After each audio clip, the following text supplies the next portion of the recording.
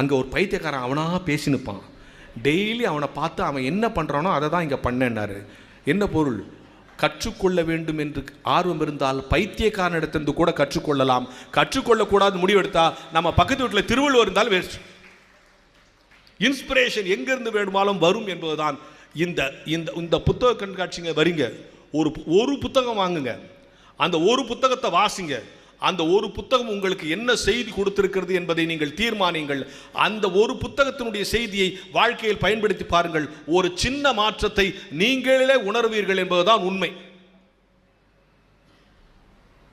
இப்போ book fair இருக்குது, food court இருக்குது, டான்ஸ் இருக்குது, ட்ராமா இருக்குது, எல்லாம் இருக்குது. எதுக்கு இந்த மாதிரி 9 நாளைக்கு யார் யாரெல்லாம் கூப்பிட்டு இவங்களெல்லாம் ஃபிக்ஸ் பண்ணி ஏன் பேச வைக்கிறாங்க? இதோட முடிச்சிடலாம், இதை சொல்லிட்டு முடிச்சிடலாம். ஏன் பேச வைக்கிறாங்க? இப்போ நாங்கள் பேசின விஷயம்லாம் உங்களுக்கு தெரியாதுதா? ஏற்கனவே